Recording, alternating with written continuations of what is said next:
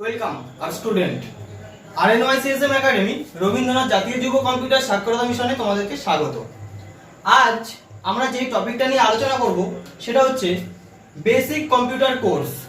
Basic computer course, সবাই আমরা কম্পিউটারে বিভিন্ন কোর্স করে থাকি, তো আমরা আজ বেসিক কম্পিউটার কোর্স এই টপিকটা নিয়ে আলোচনা করব। বেসিক কম্পিউটার কোর্স কি এবং বেসিক কম্পিউটার কোর্সের মধ্যে কি কি চ্যাপ্টার থাকে এবং কি কি শিখবো সেই সব বিষয় নিয়ে আমরা আজ এই ভিডিওর মাধ্যমে আলোচনা করতে চলেছি।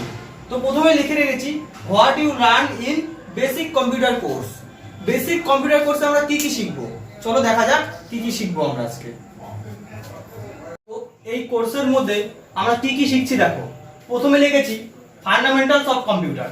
ফান্ডামেন্টালস অফ কম্পিউটার বলতে কি বোঝানো হয়, কম্পিউটার কাকে বলা হয়, কম্পিউটারের পার্ট কি কি থাকে, হার্ডওয়্যার, সফটওয়্যার এবং আরো যাবতীয় যেসব জিনিস রয়েছে কম্পিউটার রিলেটেড সেগুলোকে বলে ফান্ডামেন্টালস অফ কম্পিউটার। সেগুলো সম্বন্ধে আমরা প্রথম যে টপিকটা রয়েছে সেই চ্যাপ্টারে সেই টপিকে আমরা এটা জানবো।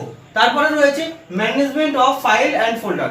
ম্যানেজমেন্ট অফ ফাইল অ্যান্ড ফোল্ডারের অর্থ হচ্ছে কিভাবে একটা ফোল্ডার তৈরি করতে হয়, একটা ফোল্ডারে কিভাবে সেভ করতে হয়, কোনো ডকুমেন্টস হোক, কোনো পিডিএফ হোক, কোনো ফাইল, যে কোনো ফাইল একটা ফাইল থেকে আরেকটা ফাইলে কিভাবে নিতে হয়, ফোন থেকে কিভাবে কম্পিউটারে নিতে হয় এবং কম্পিউটার থেকে কিভাবে ফোনে নিতে হয় কোনো ডেটা, তো সেইগুলোকে বলা হচ্ছে ম্যানেজ ফাইল ফোল্ডার। সেই ফাইল ফোল্ডার কিভাবে ম্যানেজ করব সেই বিষয়গুলো আমরা জানবো।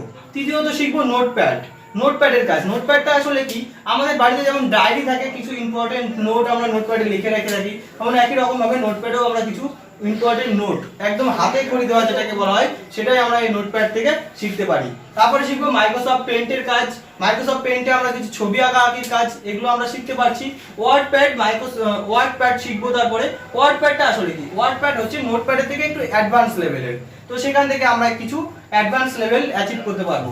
এবং তারপরে রয়েছে মাইক্রোসফট ওয়ার্ড। মাইক্রোসফট ওয়ার্ড হচ্ছে একটা ওয়ার্ড প্রসেসিং সফটওয়্যার।